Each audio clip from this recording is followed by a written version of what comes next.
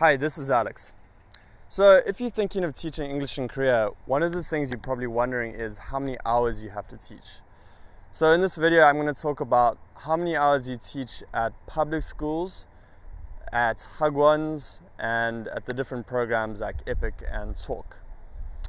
So I'll start with public schools, which encompasses EPIK. EPIK provides teachers for public schools, so it's the same thing. And with public schools, you're contracted to teach 22 hours per week. So those 22 hours are teaching hours, and it depends on whether you're at elementary, middle, or high school, how long it is. So it's either 40, 45 minutes, or 50 minutes. And over and above that, you have to come into work every day from 9 to 5 or 8:30 to 4:30, regardless of whether you're teaching during that time or not. So that's the basic deal with EPIK and public schools. And sometimes you can teach slightly less, in which case you will sometimes be asked to teach extra classes, such as teachers' classes or after-school classes, to make up your 22 hours. Sometimes not though, you may just be able to teach 18 hours and just leave it at that.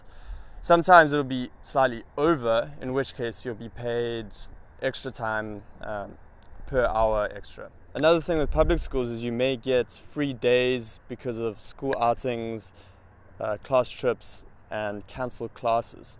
So sometimes it'll be less because of things like that.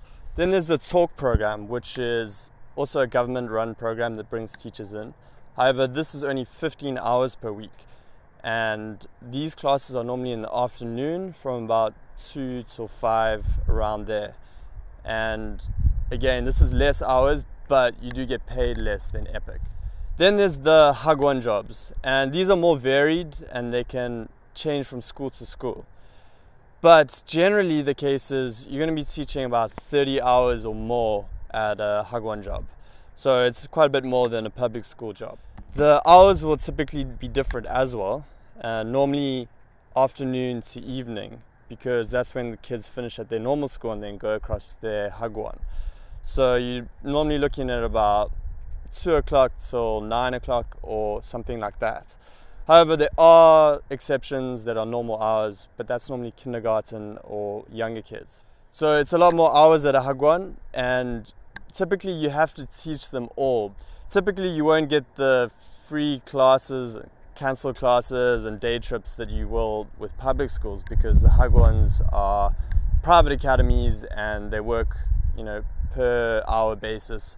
So basically what you are contracted, you normally teach. One possible advantage with Hagwons is they often have a set curriculum that you don't have to put much effort into. So you can often show up and just teach. Although again, this does differ from case to case, and I know some people have to prepare as well.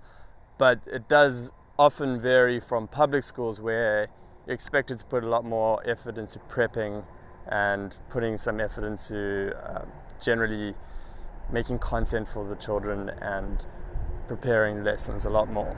And then one thing I should mention is that with public schools versus Hagwons is that you do get a lot more vacation with public schools.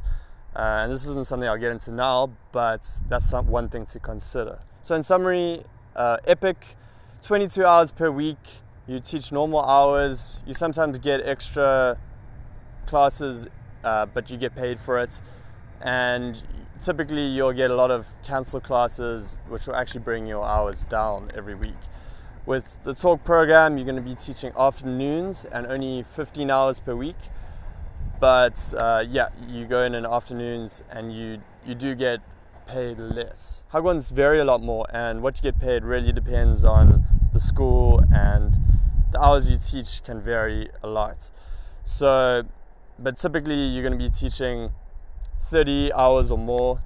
You're going to be going into classes, teaching all your classes every day, and not getting as much vacation at the same time. Alright, so that's a quick breakdown of teaching hours. I hope it was helpful, and if you are thinking of teaching in Korea and you want to learn more, subscribe to my channel and you may find it helpful, and look out for any more videos I'm going to put out.